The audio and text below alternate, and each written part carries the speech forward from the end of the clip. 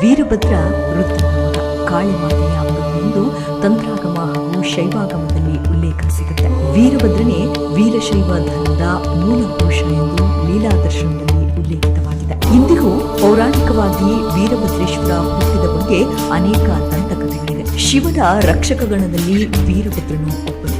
ವೀರಭದ್ರನು ಶಿವನ ಕೋಪದಿಂದಾಗಿ ಹುಟ್ಟಿ ಬಂದವನು ಎಂದು ನಾನಾ ಪೌರಾಣಿಕ ಕಥೆಗಳಲ್ಲಿ ವರ್ಣನಿಸಿರುತ್ತೆ. ಅಲ್ಲದೆ ನಿಧಿಯ ರಕ್ಷಕ ದೇವತೆಯೇ ವೀರಭದ್ರ. ವೀರಭದ್ರನೆಂದರೆ ಮಹಾಯೋಧ.